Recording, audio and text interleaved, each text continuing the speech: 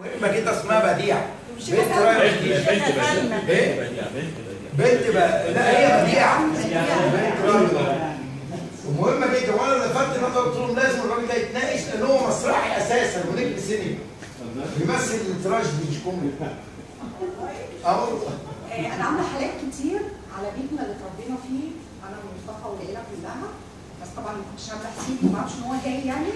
لينا حواديت كتير في الاسره ومامته ومامتي الله يرحمهم يعني. اتفضل. مستغرباك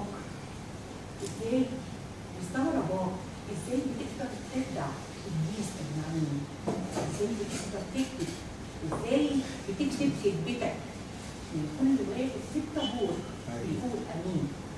مستغرباك معقوله يبقى كلهم زيك كده من كدابين؟ ازاي بتعرف تنقل الدور على الجميع، وازاي تبان المشتري لحظه ما في الاسواق تبيع، ازاي تكون الجاني كل الازمنه وتبلنا حمل الوديع. علمني يمكن استجيب وابقى في يوم تلخبطني وابقى في يوم الموضوع اللي انت بتقدر تخدع الناس اجمعين، ازاي بتكتب كتبتك والكل واقف في الطابور بيقول امين. معقوله يبقى كلهم زيك كده من كدابين؟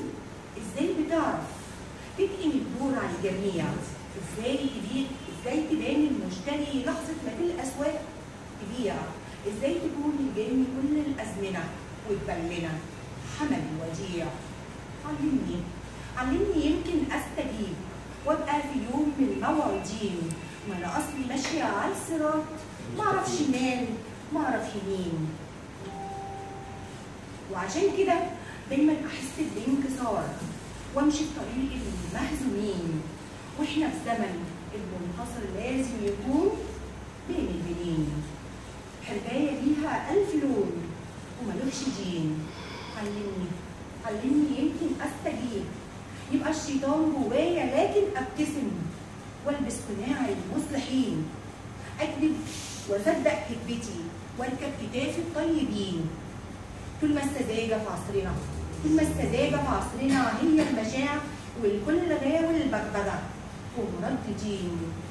علمني يمكن استجيب واصبح علم واقعد على عرش الوطن احكم بما جاء الشيطان.